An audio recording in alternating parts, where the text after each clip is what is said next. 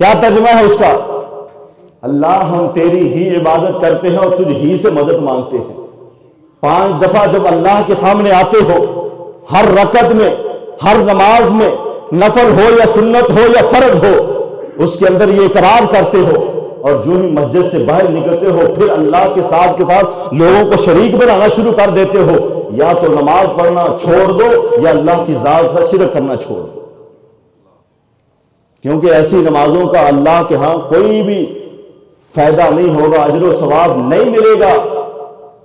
جو بندہ نمازیں بھی پڑھتا ہو اور اللہ کی ذات کے ساتھ شرک بھی کرتا ہو، اس بندے کی نمازوں کا، نیک اعمال کا کوئی فائدہ نہیں ہے۔ یہ دوسرا نقصان ہے جو بندہ اللہ کی ذات کے ساتھ شرک کرتا ہے۔ اور تیسرا نقصان کیا ہوتا ہے؟ ایک بندہ بہت گنہگار ہے، بہت زیادہ اس نے گناہ اپنی زندگی کے اندر کیے، ساری زندگی وہ اللہ کی حدوں کو پامال کرتا رہا۔ قیامت کا دن ہوگا نا، اللہ اس کی سزا دے کر اس کو جہنم سے نکال دے گا۔ لیکن مشرک آدمی ایسا ہے کہ جس کو اللہ قیامت کے دن جب جہنم کے اندر ڈال دے گا، کبھی بھی اس کو جہنم سے نہیں نکالے گا، کبھی بھی جہنم سے نہیں نکالے گا مشرک آدمی کو۔ کیسے نہیں نکالے گا؟ اللہ نے خود اپنے قرآن مجید کے اندر یہ کہا ہے، اللہ فرماتے ہیں اِنَّهُ مَن يُشْرِكْ بِاللَّهِ فَقَدْ حَرَّمَ اللَّهُ عَلَيْهِ الْجَنَّةَ وَمَأْوَاهُ النَّارُ۔ اللہ فرماتے ہیں یقین مان لو، جس بندے نے میری ذات کے ساتھ شرک کیا ہے نا، جنت جانا تو دور کی بات ہے، اللہ فرماتے ہیں میں نے اس کے اوپر جنت کی خوشبو بھی حرام کر دی ہے۔ اور آگے کیا فرمایا؟ وَمَأْوَاهُ النَّارُ، میں نے اس کا ٹھکانہ جہنم بنا دیا ہے۔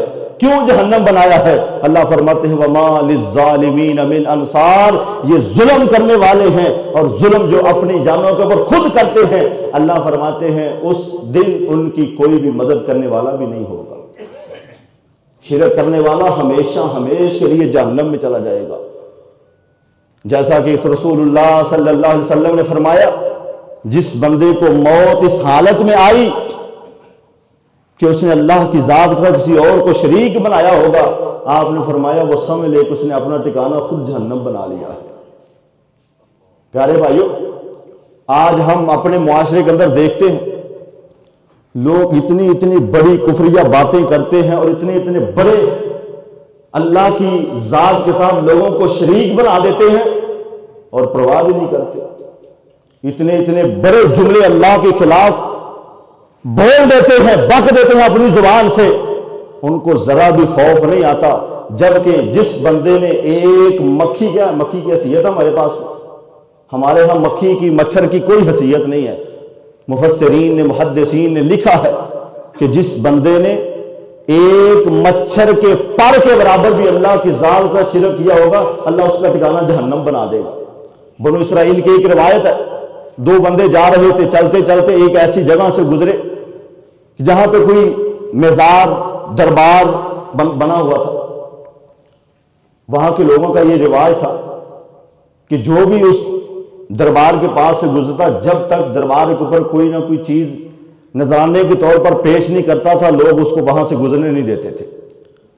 یہ 2 بندے جا رہے تھے، جب یہ چلتے چلتے اس مزار دربار کے پاس پہنچے نا، لوگوں نے ان کا راستہ روک دیا، کہا کہ جب تک ہمارے اس دربار کے اوپر کوئی چیز نذرانے کے طور پر پیش نہیں کرو گے، ہم تمہیں یہاں سے گزرنے نہیں دیں گے۔ انہوں نے کہا بھئی ہمارے پاس تو کچھ ہے ہی نہیں۔ ان کو وہ لوگ وہاں کے جو رہنے والے تھے کہنے لگے ایک مکھی کو مار کر اس کے اوپر چڑھا دو، ہم تمہیں جانے دیں گے۔ ان میں سے ایک بندے نے کہا یار مکھی کی کیا حیثیت ہے؟ اس نے مکھی ماری، دربار کے اوپر چڑھا دیا، اس مزار کے اوپر چڑھا دیا، نظر جو دینی تھی دے دی، اس کو انہوں نے گزرنے دیا۔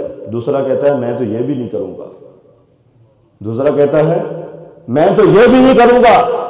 اسی وجہ سے اس کو شہید کر دیا گیا۔ نبی پاک صلی اللہ علیہ وسلم نے فرمایا ان دونوں میں سے ایک نے اپنا ٹھکانہ ہمیشہ کے لیے جہنم بنا دیا ہے اور دوسرے نے ہمیشہ کے لیے اپنا ٹھکانہ جنت بنا لیا ہے۔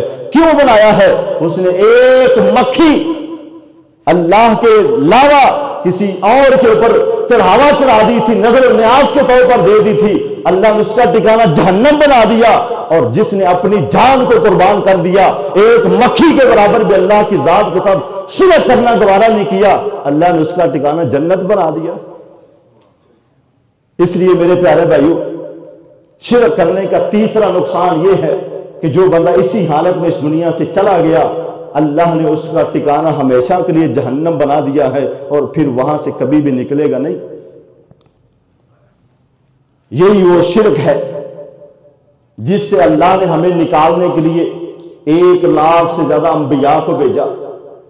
یہی وہ شرک ہے کہ جس کی غلاظتوں سے اور جس کی گندگی سے اللہ نے ہمیں نکالنے کے لیے پیارے پیغمبر جناب محمد الرسول اللہ صلی اللہ علیہ وسلم جیسی ہستی عطا فرمائی، اور ان کے صحابہ کرام نے بھی ہمیں یہی سبق سکھایا۔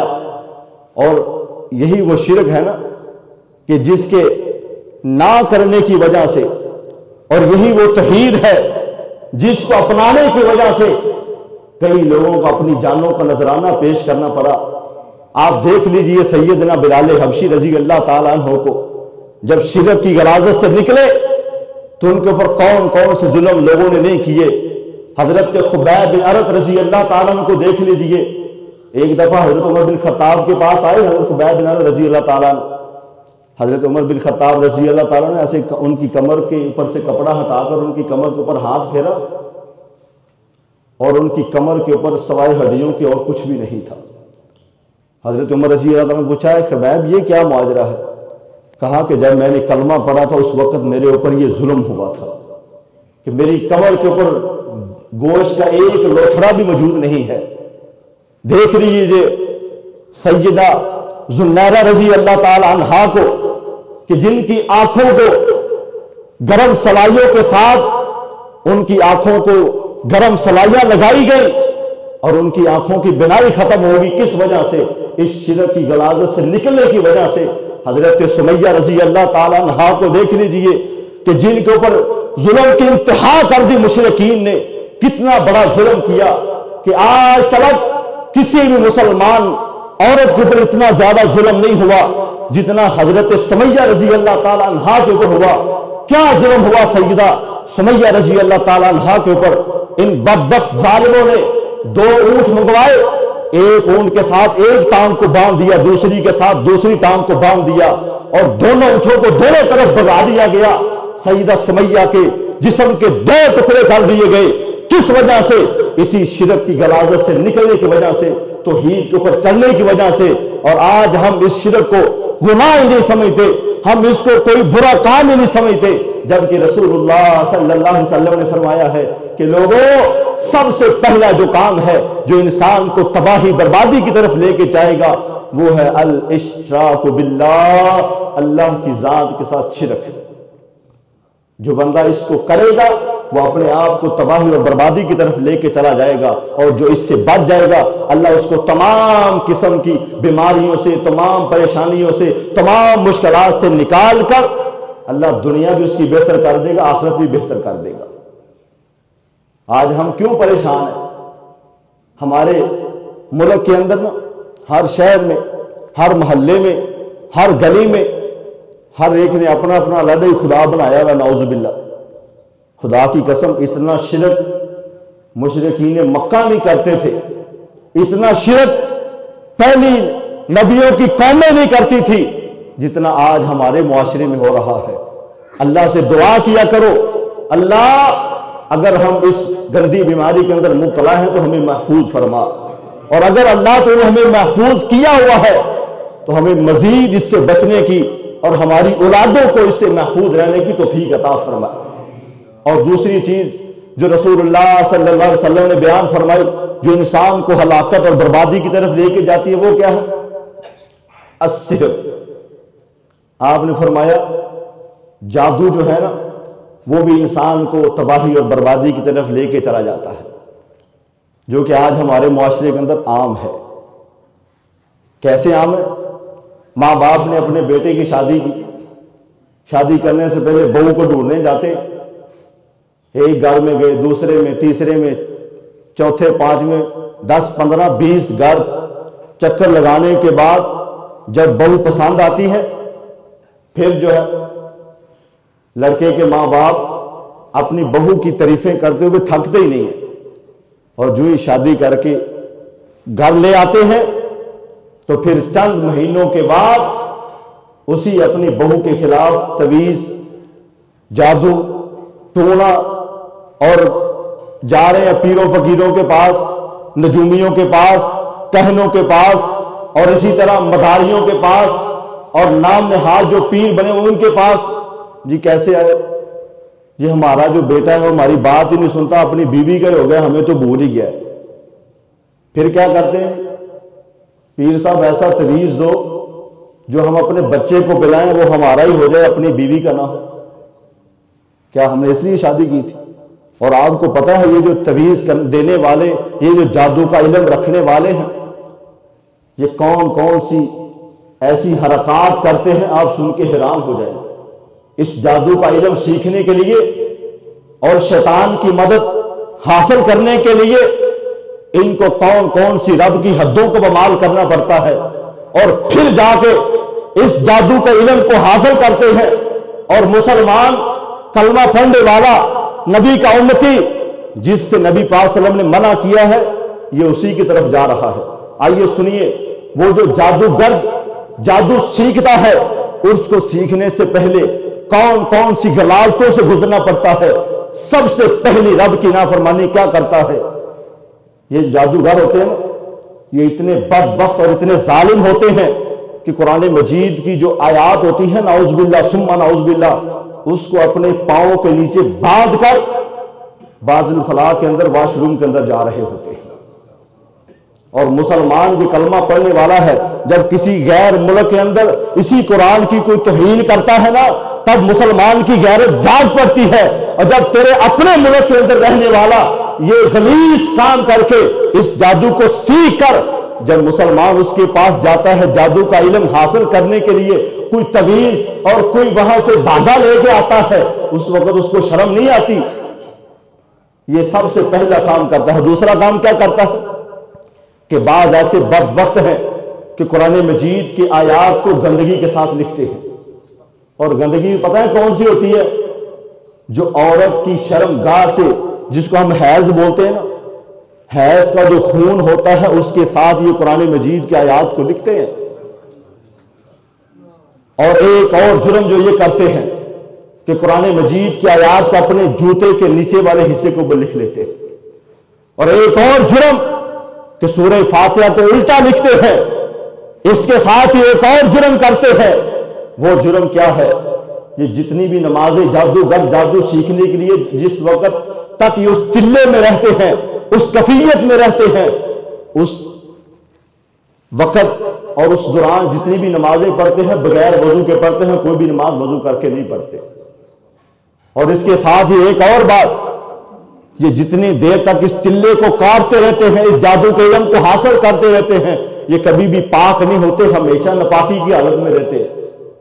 اور ایک اور جرم یہ کرتے ہیں کہ یہ شیطان کے کہنے کے اوپر جانور کو ذبح کرتے ہیں، اور اس جانور کو ذبح کرتے ہوئے اللہ کا نام نہیں لیتے، اور اس کو ذبح کرتے ہیں، پھر شیطان کے کہے ہوئے جگہ پر اس کو چھوڑ آتے ہیں۔ اور ایک اور جرم یہ کرتے ہیں، اور وہ کیا ہے کہ یہ ستاروں کو سجدہ کرتے ہیں اور ان سے مخاطب ہوتے رہتے ہیں۔ ایک اور جرم یہ کرتے ہیں، اللہ کی قسم اس کو بیان کرتے ہوئے، اس کو بتاتے ہوئے اللہ کا ڈر آتا ہے کہ یہ ساری حدوں کو مال کر جاتے ہیں، اس کو کسی کی غیرت، کسی کی اہمیت بھی یاد نہیں رہتی۔ سکی اپنی بیٹی یا اپنی ماں سے بھی زنا کر کے پھر اس جادو کو سیکھتے ہیں، اور مسلمان کلمہ پڑھنے والا اسی جادوگر کے پاس جاتا ہے اور اس سے جا کر تویز لے کے آتا ہے۔ کس لیے؟ جی میں اپنے بیٹے کو میں نے ڈالنا ہے، اپنی بہو کو ڈالنا ہے، میں نے دماد کو ڈالنا ہے۔ یہ کیا ہے میرے پیارے بھائیو؟ رسول اللہ صلی اللہ علیہ وسلم نے ایسے لوگوں کے متعلق کیا فرمایا؟ آپ علیہ الصلوۃ والسلام نے فرمایا لیس منا من تطیر او تطیر له او تکہن او تکہن له او تسحر او تسحر له۔ امام کائنات علیہ الصلوۃ والسلام نے فرمایا جس بندے نے فعال نکالا یا فعال نکلوایا، جس بندے نے کہانت کی یا کہانت کروائی، جس بندے نے جادو کیا یا جادو کروایا، رسول اللہ صلی اللہ علیہ وسلم لیس منا، وہ ہم میں سے نہیں ہے، اس کا مسلمانوں سے، میری امت سے کوئی تعلق نہیں ہے۔ یہ کتنا بڑا جرم ہے۔ ایک اور حدیث رسول اللہ صلی اللہ علیہ وسلم نے فرمایا من اتا عرافا او کاہنا فصدقہ بما یقول فقد کفر بما انزل علی محمد صلی اللہ علیہ وسلم۔ آپ علیہ السلام نے فرمایا جو شخص کسی عراف یعنی کسی نجومی، کسی کاہن کے پاس گیا، جو اس نے بات کہی اس کی تصدیق کر دی، آپ علیہ السلام نے فرمایا گویا کہ اس نے میں محمد صلی اللہ علیہ وسلم کے اوپر اتاری جانے والی شریعت کا انکار کر دیا ہے، اس کا میری امت کے ساتھ کوئی تعلق نہیں ہے۔ اور تیسری حدیث میں رسول اللہ صلی اللہ علیہ وسلم نے فرمایا من اتا عرافا فسألہ عن شیء لن تقبل له صلاة 40 لیلۃ۔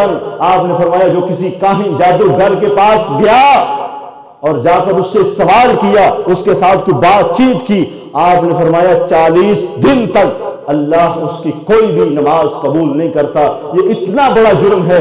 آج شاید ہم ان دو جرموں کی وجہ سے، ان دو کاموں کی وجہ سے ہم ہلاکت اور بربادی کی طرف جا رہے ہیں۔ باقی جو چیزیں ہیں وہ انشاءاللہ آپ کے سامنے آئندہ جمعہ بیان کروں گا۔ اللہ سے دعا ہے اللہ رب العالمین ان دو چیزوں کو جو آپ کے سامنے ذکر کی ہیں مجھے اور آپ کو محفوظ فرمائے۔ وآخر دعوانا ان الحمدللہ رب العالمین۔